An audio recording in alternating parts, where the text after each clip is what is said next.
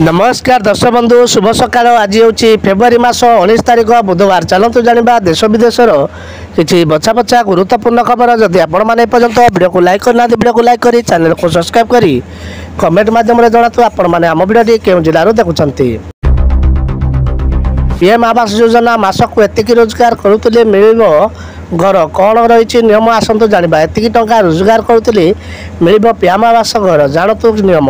एथिपाई सरकार 2015 मसीह पीएम आवास योजना आरंभ करते जहाँ दिन में यह पर्यंत कोटी कोटी लोक लाभ पाई।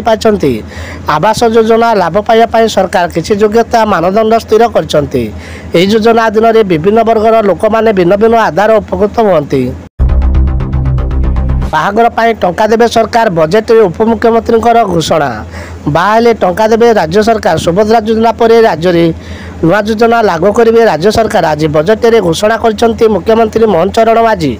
यह योजना दिन में बाहागर टंका देवे सरकार। ओडिशा बजेट में नवम श्रेणी छात्र छात्री को मिल बाइसाइकेल। विधानसभा सोमवार 2025-26 बजेट उपस्थापन कर मुख्यमंत्री। सरकार को आसवा पर मोहन सरकार यह प्रथम पूर्णांग बजेट। यही बजेट आकार 2,90,000 कोटी टंका रही। विद्यालय और गणशिक्षा विभाग 31,185 47 कोटी टंका व्ययबराद कर।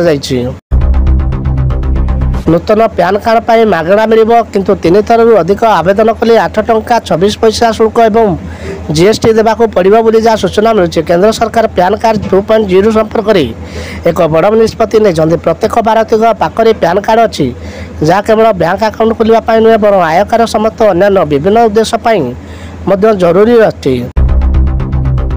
प्रथम सप्ताह आरंभ नुआ तेल रेट बाबद जानतु पेट्रोल लिटर केते रही। किसी स्थान में दर खसीवा बेले आउ किसी स्थान में दर स्थिर रही देखा मिलूँ। आसतु जाना केउं शहर रही केते डीजेल और पेट्रोल मूल्य।